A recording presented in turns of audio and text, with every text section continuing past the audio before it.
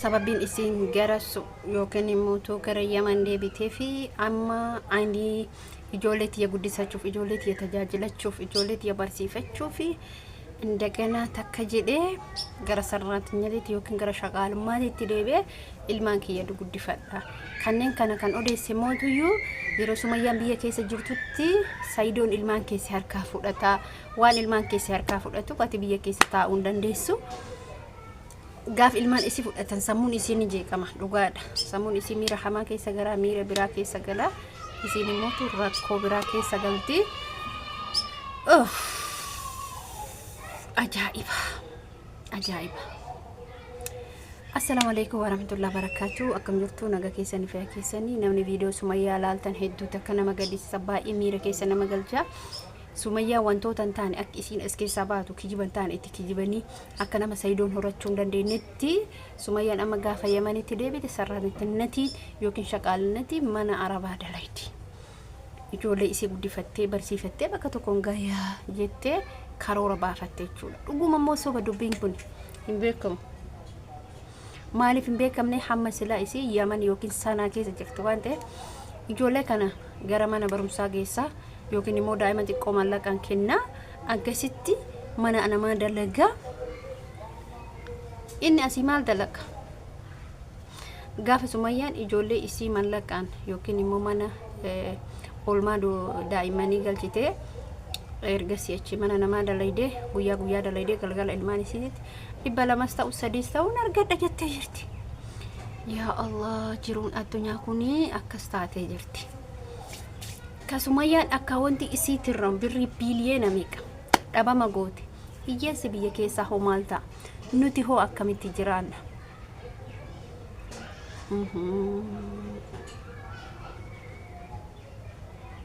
Hedduu ulfaataadha. Baay'ee ulfaataadha. Sababni isallee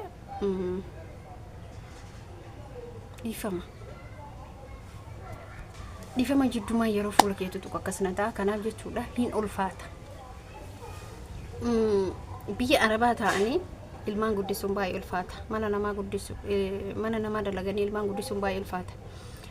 Achi hin galti kiraa manaatu jira nyaata jira dhugaatii jira uffata jira jechuudha. Sile isatu asii achitti birrii ergaa immoo bakka waa meeqa argee jechuudha. Saidoon barata waggaa takka utuun guutiin addunyaa meeqa azaaba meeqa cinqii meeqa sababa nama tokko sababa intala takkitti azaaba meeqa argaa jira. Hedduu takka ulfaataadha. Baay'ee nama gaddisiisa moo isa biratti darbee hojiin amma ayyuun Sumayyaan hojjetaa jirtu kun immoo hedduu hamilee namaa cabsa. Ilmaan tanaa jettee tiniin immoo akkatti hammattee ilmaan tana hammattee yookaan dugdatti yookaan asitti yookaan bakka gara hundatti hojii cinqamaaleetti ilmootana bakka tokkoon gaadhaa rugaan barsiifadha jetteetiniin azaaba argaa jirti isillee. Ilmoodhaaf immoo namni waan hin taane qabu. Ilmaaf wantoota duraan hin argine arga ilmaa kanaaf jechuudha. Obboleeyyan kiyya alaa kulli haali Sumayyaan baay'ee taaggaltee jirti hanga dhiira tokko ol taaggaltee jirti. Dhiirri bar hamma isii kanan taaggalu maaliif hoo jettanii fakkeenyaaf dhugaan isiniin jedha dhiirri hamma Sumayyaan taaggalteen taaggalu dhageeffadha.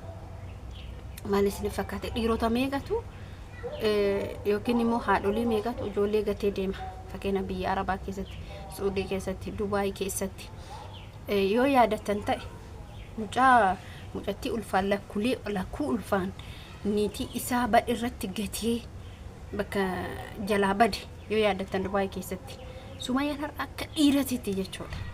Yaman keessa taaggaltee Suudii deemu seenuudhaaf taaggaltee galiinsi sunu cinqaa hedduu qaba.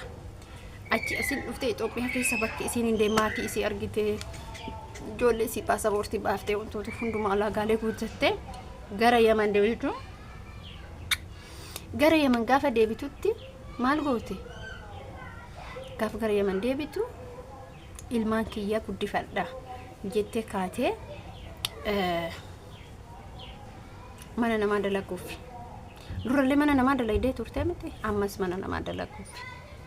Mana namaa dalaydee of jijjiiruuf ilmaan isii guddisuuf karoorfattee jechuudha isin amma walumaa galatti. Isin galee karoorfattee jirti jechuudha. Dhugumatti waan baay'ee hedduu takka namatti dhagamuudha waa'een isii jechuudha. Hedduu takka hamilee nama cabsaa, hedduu takka miira namaa keessa nama galchaa. Kanatti aansuudhaan niitii Oosheetti wal qabata. Niitiin Ooshee maali inni jechuun keessa nama hordoftoota kabajamtoota kiyya. Niitiin Ooshee ani baay'ee tokko na ajaa'ibe. Dhalaa kanallee lafa kanarratti argeen beeku. Dhalaa dhiiratti malsii deebiftu, dhalaa dhiiratti malsii deebiftu, dhalaa abbaa manaa isiitti malsii deebiftu, dhalaa bakka hin jiraa miti abbaan manaa isii kanaaf bakka haga qumna garii kanatti isiin daballe bakka saree isa gootee isa xiqqeessitee isa jibbitee dhagaatti darbattee akkatti jechuudha. Dhalaa akkamiiti tun? Dhalaa akkamii dhugaa rabbii isin jedha. Maaliif ani bakka akkamitti dubartiin haala dubartii jedhamu takka illee beektu, haala dubartiin jedhamtu takka illee qabdu saraaha jechuudha. Dhugaa rabbiin isin jedha. Kanaaf waan inni isin jechuu barbaadu hordoftoota kabajamtoota kiyya dhageettani rabbiin adaba dubartii jechuun dubartiin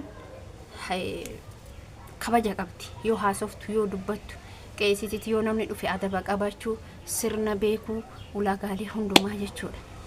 Tuni garuu intalli jechuudha ada wala adaba wala mixannabiyyoo wala jinni wala janka takkan beektu. Rabbiin immoo irraa fuudha jechuudha. Waa'ee kabaja namaan beektu isa kabaja takkan qabdu haga kanatti isan dabaltu. Maal jettee immoo ofii isiiti jechuudha. Jaarsummaa na ergadhu gaaf jaarsummaa ergate hoolaatti qalee isiitti fuudhee manatti galcha akka yaadisiiti. Innu gali jedheni dubartiin manaan tolti moo gandaan tolti?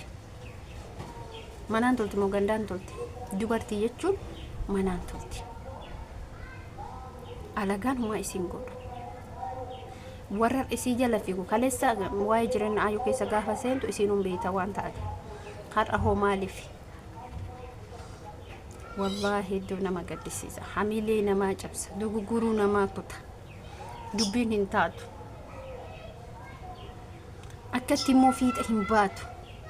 Akkama haasoftee garas godhattee garana godhattee maal taate kanaate immoo dubbiin hin taatu.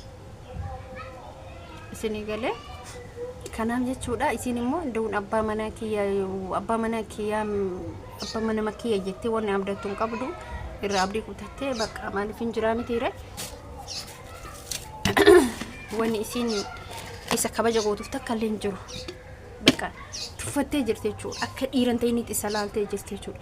Dubartiin dhiira tuffattu dhiiraaf kabaja hin qabne borullee kabaja hin qabdu. Isin galee kabaja takkan beektu kabaja takkan qabdu. Akkasiin jechuu barbaada hordoftoota kabajamtoota kiyyaa viidiyoo kiyya asumarratti dhaabaa hama viidiyoo biraatiin walitti deemnee nagaan tura. Dubartoonni keenya rabbiin kabaja ahyaa nutti haa kennu yaani jechuudha.